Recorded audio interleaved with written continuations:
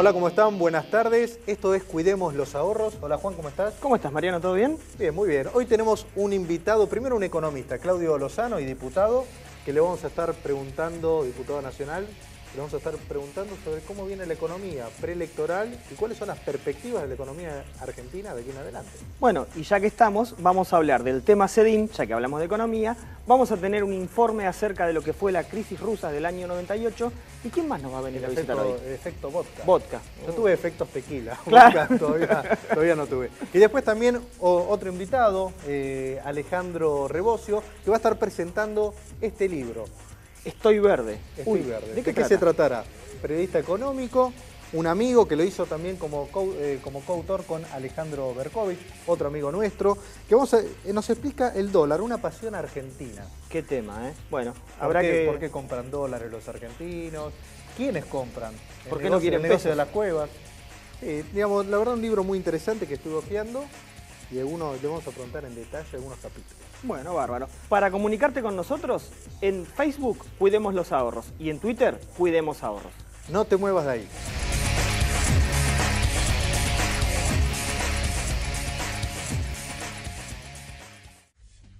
Fronencial, Ingeniería Financiera. Descubra una nueva forma de administrar sus inversiones, servicios y productos exclusivos a su alcance. Confidencialidad y el mejor asesoramiento. Visite nuestro sitio web www.fronencial.com. Editorial Planeta presenta el nuevo libro de Mariano Otálora. ¿Qué hacemos con los pesos? Opciones para combatir la inflación, invertir los pesos y obtener dólares. Desde el 1 de mayo en todas las librerías del país. Incluye guía para obtener dólares en forma legal.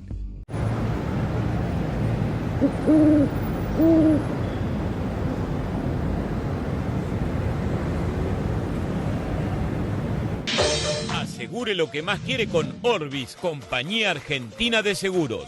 Seguro de automotor, seguro de moto, seguro de hogar, seguro de vida, integral de comercio, seguro de vida colectivo. Asegure lo que más quiere con nuestra experiencia de más de medio siglo cuidando lo suyo. Orbis, Compañía Argentina de Seguros. Consulte con su productor asesor amigo www.segurosorbis.com.ar. Tu mundo en una caja. lacasadelascajas.com.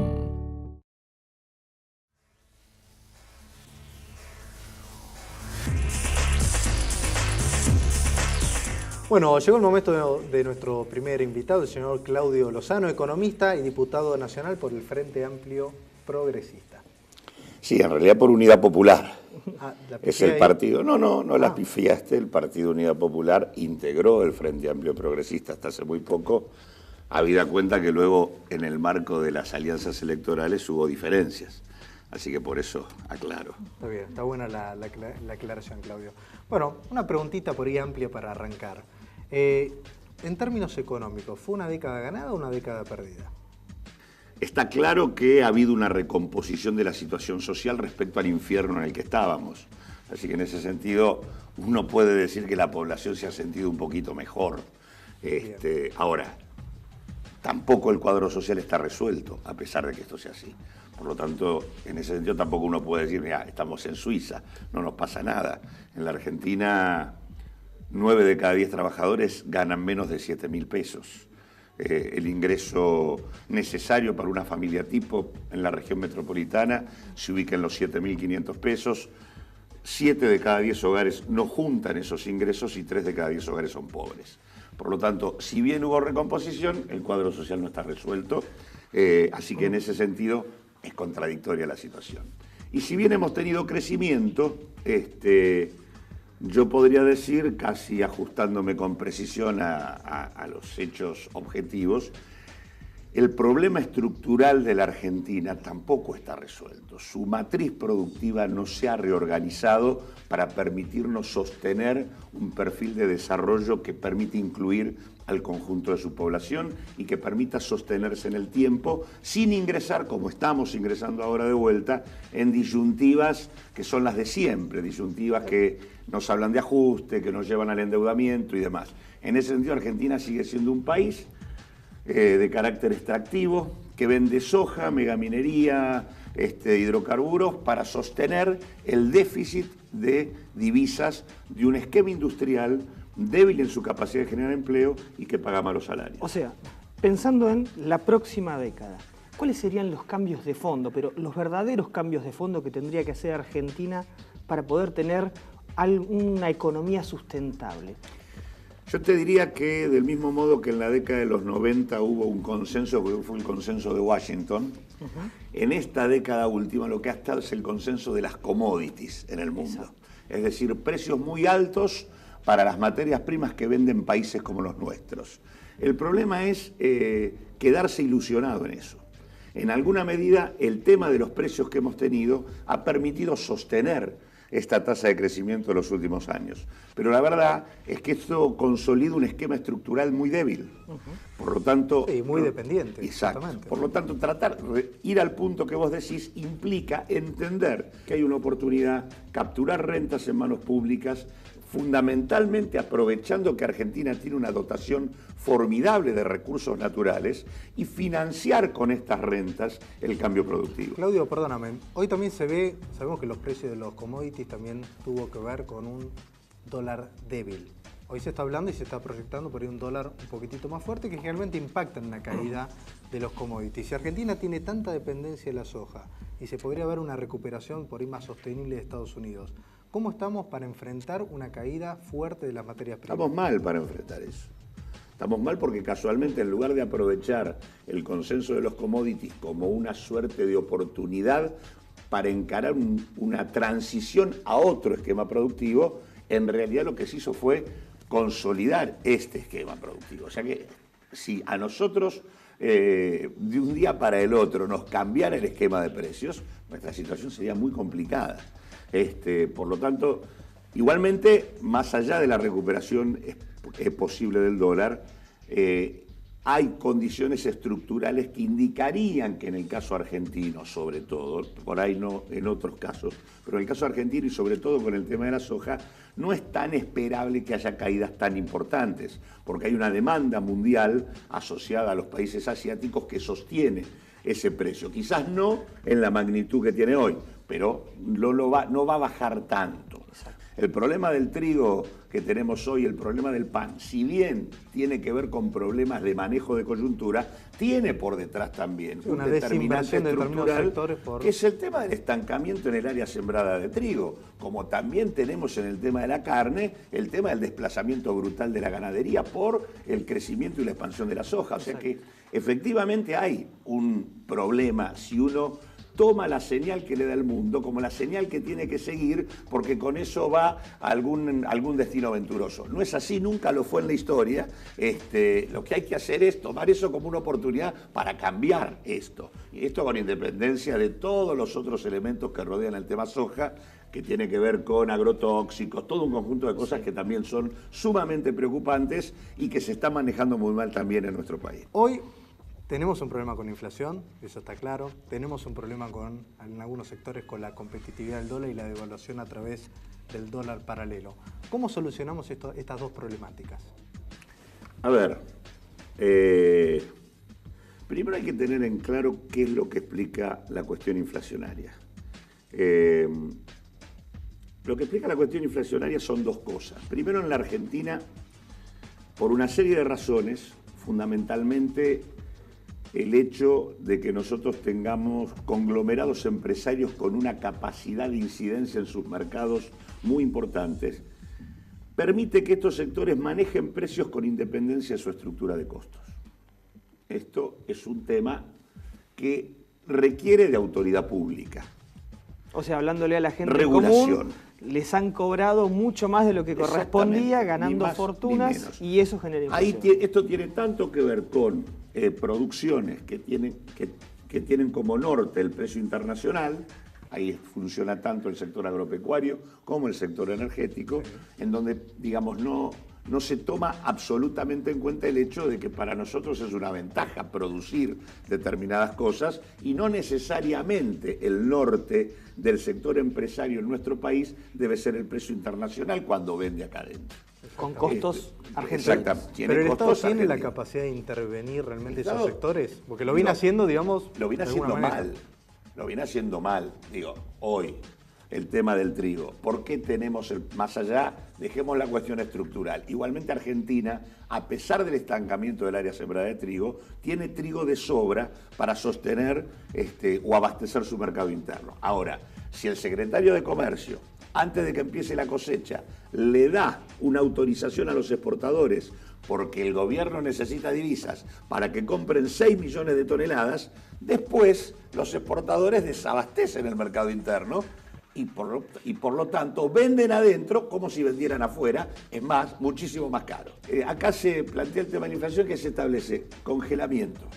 No tiene sentido congelar el precio final, porque un producto al final es el resultado de un proceso donde hay materia prima, hay elaboración, hay industria, hay transporte, hay distribución, hay comercialización. Tenés que meterte antes. Tenés que ver toda la cadena. ¿Y dónde está el problema de toda la cadena? Entonces, bueno, ahí tiene que haber una concertación sectorial donde hay trabajadores, donde hay consumidores, donde hay empresarios, grandes, pequeños, y donde por lo tanto allí vos tenés que ver cuál es la estructura de costos. Porque a veces la agarramos con el comerciante. Claro, exactamente. Por ahí le estás cortando la rentabilidad, que la tiene muy ajustada, y el problema de la cadena está en claro, vos estás agarrándote con los panaderos y el problema lo tenés en la molinería o en los exportadores. Claro. Entonces digo, lo que si vos haces las cosas como lo estás haciendo, le permitís a los que tienen posición dominante que le trasladen a los más débiles el costo del congelamiento. El segundo punto de la inflación, este es el primero, hay que regular mercados y para eso se necesita concertación. Es decir, no se necesita militantes que vayan a controlar el supermercado. Se necesita lo que debería ser una Secretaría de Comercio tendría que haber consejos sectoriales. En las cadenas de los productos básicos de la canasta seguro y en los insumos de uso difundido del conjunto de la economía doméstica más aún, porque en todos ellos hay mercados altamente concentrados, ¿no? Si vos tomás acero, si vos tomás cemento, si vos tomás químico, cualquiera de las cosas que necesitamos todos, las manejan dos. Sí. Entonces digo, eso tiene que haber presencia del Estado regulando eso. Y el otro elemento es el tema de que casualmente, por esto que estoy diciendo, porque hay actores económicos que pueden aumentar su ganancia manejando precio con independencia de costos, es que invierten menos. Porque la inversión en el capitalismo, digamos, esto no es un invento de nadie, funciona cuando el empresario al invertir hace una diferencia de renta. Si yo permito que pueda hacer esa diferencia de renta por el manejo del mercado y sin invertir, invierte menos. Solo invierte para mantener su posición dominante. El resultado de los 10 años de crecimiento de la Argentina es que la inversión no acompañó el crecimiento. Y por lo tanto, llegamos a donde estamos. Hoy tenemos un problema claro de inversión, pero porque no regulamos ni orientamos el funcionamiento económico como corresponde. Por lo tanto, mercados concentrados, debidamente regulados y discusión de la inversión en la Argentina son las claves para debatir el tema de la inflación. Claudio, se nos acabó el tiempo, queda pendiente la respuesta. La Argentina, pero cortita. No, yo quiero que venga de vuelta, no. Lo vamos a tener. Dólar paralelo, pero muy cortita.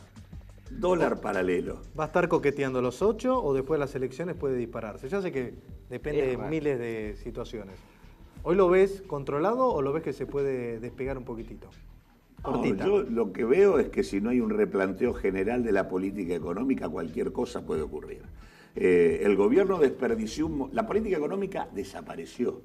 La que alguna vez tuvo a comienzos del 2002-2003, la que alguna vez existió, ya no está más con nosotros. Del 2007 en adelante ha habido un conjunto de parches. El momento para que el gobierno reoriente el rumbo fue cuando ganó con el 54% de los votos. No lo hizo. Lo hará después de octubre, es un interrogante. Si no hace nada, esto muy bien no termina. Tenemos un horizonte de estancamiento con conflictividad social que puede terminar en el paralelo en cualquier lado. Me la contestaste, Claudio. Perfecto. Bueno, Claudio, realmente ha sido un gusto haberte tenido con nosotros y bueno, te ofrecemos que te quedes a ver un informe de El efecto vodka del año 1998.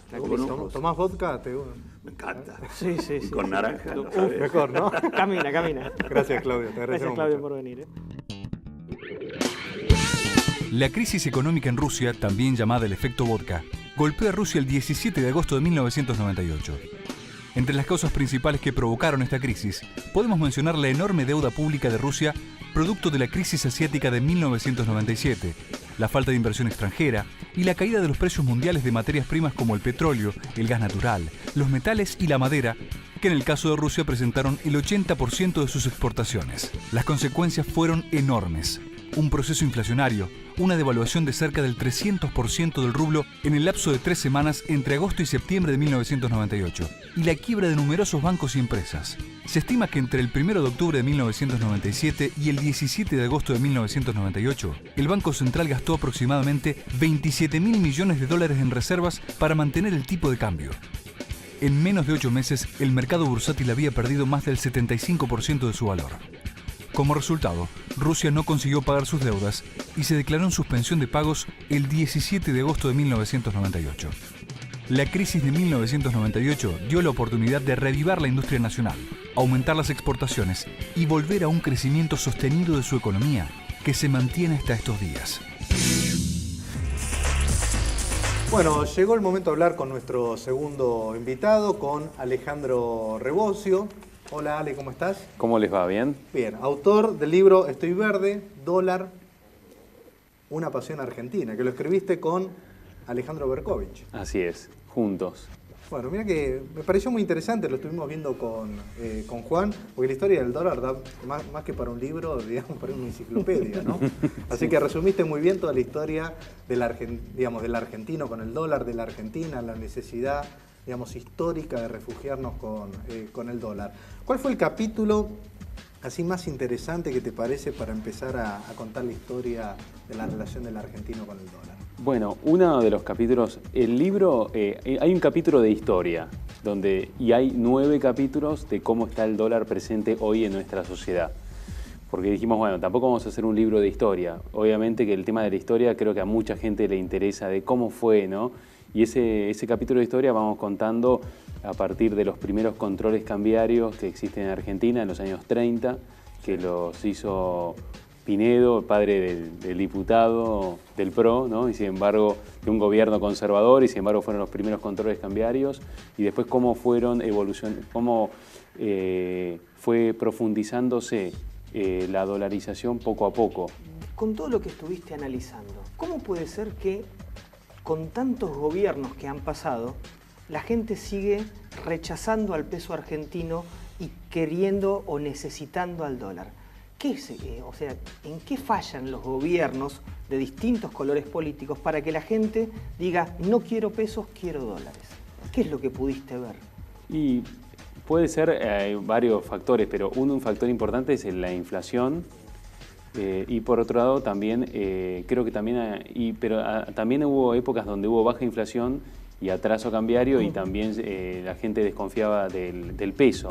O sea que yo creo que los dos factores, ¿no? Por un lado, inflación, ¿no? Entre el año 75 y el 90 hubo un solo año con inflación menor al 100%. O sea, eso destruyó la confianza en el peso. Totalmente. En los últimos años volvió a haber inflación por encima del 20%. Para salir, digamos, de un control cambiario, ¿siempre vino después de una crisis o momentos de prosperidad de la economía argentina? Bueno, la primera vez fue a principios de los 60, que era una buena época de la economía argentina y latinoamericana en general.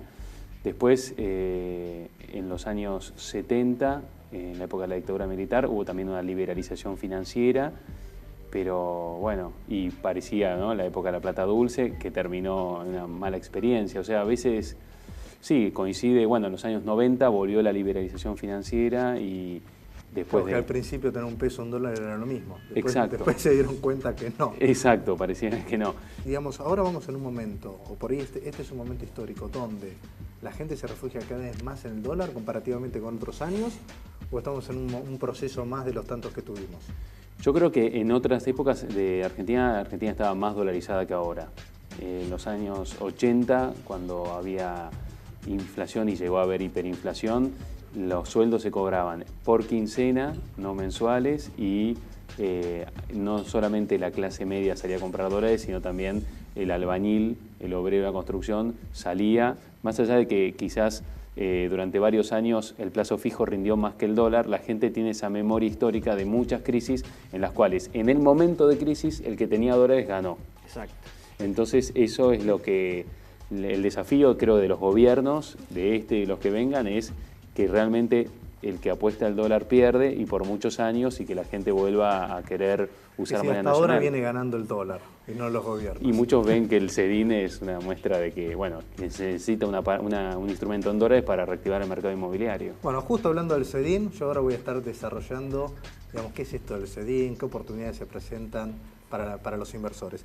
Alejandro, te agradecemos mucho. Recomendamos el libro Estoy Verde para aquellos fanáticos del dólar o aquellos que quieren conocer un poquitito más la historia del dólar en la Argentina. Bueno, Alejandro, muchas gracias. Ahora justamente voy a estar hablando del CEDIN, de las oportunidades que se pueden llegar a presentar o no para aquellos que quieren comprar una propiedad o hacerse una diferencia. Me quedo escuchando entonces. Dale, muchas gracias. Gracias a vos.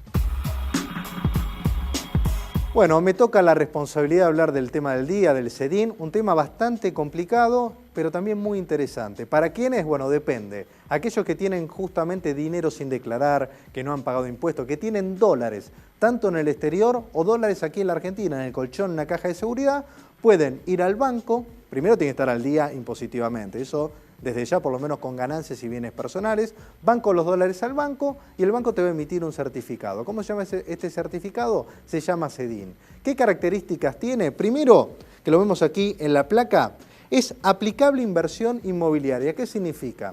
Que vos con ese dinero que tenías en el exterior, para hacerlo valer en dólares en el mercado, tenés que comprar o una propiedad o invertir en algo relacionado a la construcción, la compra de materiales, algún terreno productivo. Y otra cosa importante es que aquellas personas que no quieran comprar una propiedad o estar dentro del negocio inmobiliario pueden utilizarlo en pesos. Quiere decir, esos 100 dólares que yo traje del exterior los puedo vender en el mercado. ¿A cuánto? A lo que diga el mercado que vale ese CEDIN. Hoy por hoy está en una cotización cercana al dólar paralelo. Y después tenemos otro instrumento que también pueden elegir aquellas personas que tienen dólares en el exterior, que se empezó a aplicar el 17 de julio, que se llama el BADE, que es un bono con vencimiento en el año 2016.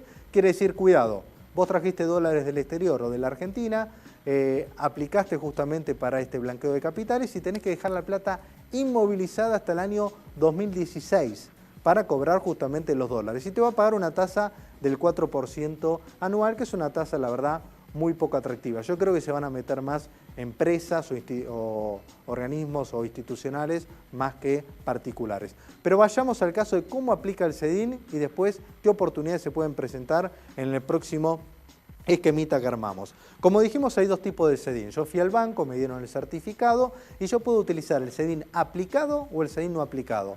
¿Cuándo es un CEDIN aplicado? Como vemos aquí en la placa, cuando aquella persona que invierte en el negocio inmobiliario, la persona que vende esa propiedad recibe ese CEDIN y va al banco y recibe dólares.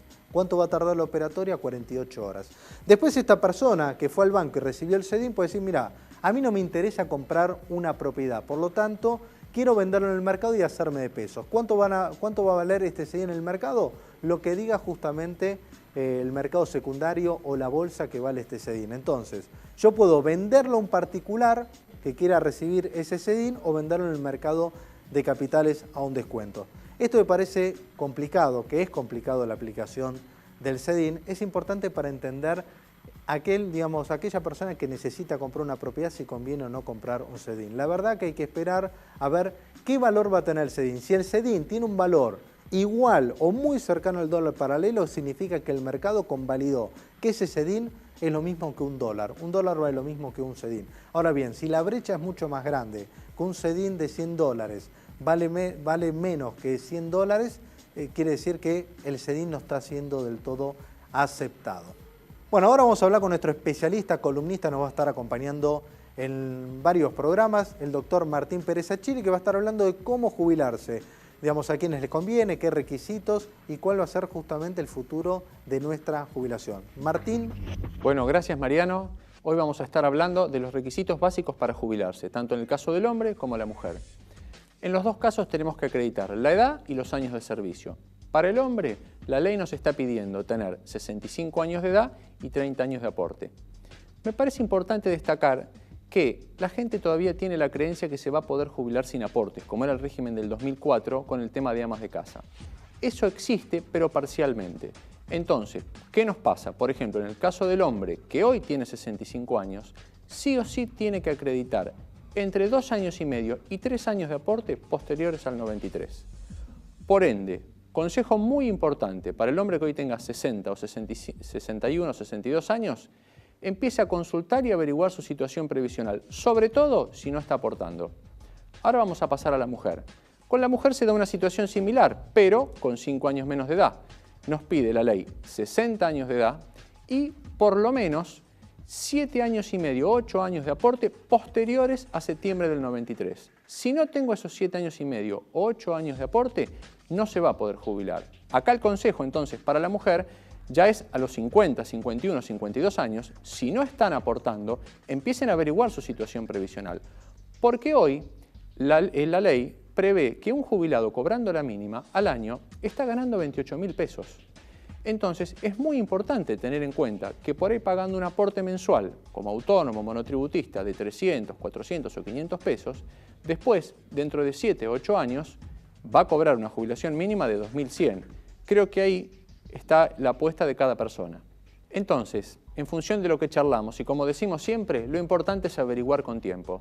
Si quieren llamar, consultar o demás, no solo no molesta, sino que va a aportar valor. Si quieren hacer alguna consulta, por mail, mijubilacion.com o si no al teléfono 4-382-1869. Llámenos y ahí vamos a despejar las dudas que van a ser positivas para ustedes. Bueno, Martín, muchas gracias. Una mala noticia, Juan. Tenemos que esperar hasta los 65 años para jubilarnos hoy.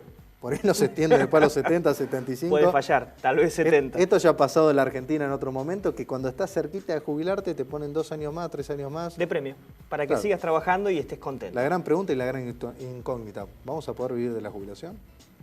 Qué buena pregunta. Bueno, eso fue todo por hoy. Los esperamos el jueves que viene a las 13 horas por Metro. ¿Y nuestras vías de comunicación, Juan? Mira, si te querés comunicar con nosotros a través de Twitter, Cuidemos Ahorros. Y en Facebook, Cuidemos los Ahorros. Hasta la próxima, hasta la semana próxima. Hasta la semana que viene.